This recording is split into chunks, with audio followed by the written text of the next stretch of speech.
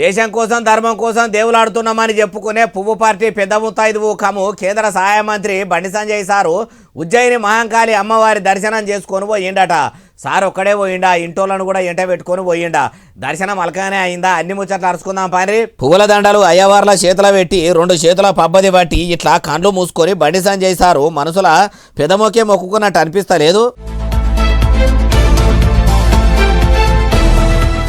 అడగక ముందే కేంద్ర సహాయ మంత్రిని చేసిర్రు. అట్లనే పాలు వంగినట్టు ఇల్లు వంగాలే. మా కొడుకు మంచి ప్రయోజకుడు కావాలి, దేశం కోసం ధర్మం కోసం అనుకుంటేనే 4 రాళ్ళు దేవులాడుకునే తట్టు చెయ్యాలి, నీ సల్లని దయ మా మీద ఎప్పటికీ ఉండాలే తల్లి అని మనసులో మొక్కుకున్నాడా అంటే ఏమో మరి.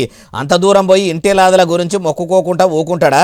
అట్లా కూడా కాకుంటే తెలంగాణ రాష్ట్రంలో ఎర్రకాడికెళ్ళి ఎండిపోతున్న పువ్వును వచ్చే మున్సిపల్ ఎన్నికలనన్నా పచ్చగా ఎగురుపెట్టించే తట్టు అందరూ పనిచేయాలి. కాడకాడికెళ్ళి ఎండిపోతున్న పువ్వు మొగ్గల దాకా మొత్తం పచ్చగా ఎగురుపెట్టి రిక్కలు చిక్కబడి పువ్వు పరిమళించేటట్టు చేయాలని గిట్లా తలుసుకున్నాడా అంటే ఏమో బండిసారి చెప్తేనే ఆ ముచ్చట ఎరకైతుంది. కానీ దేశంలో ఉన్న దేవుళ్ళను దర్శించుకోవాలన్నా, దేవుళ్ళకు భక్తి శ్రద్ధలతోని మొక్కులు ముట్ట చెప్పుకోవాలన్నా ఒక బండి సంజయ్ సార్తోనే అవుతుంది అనిపిస్తలేదు?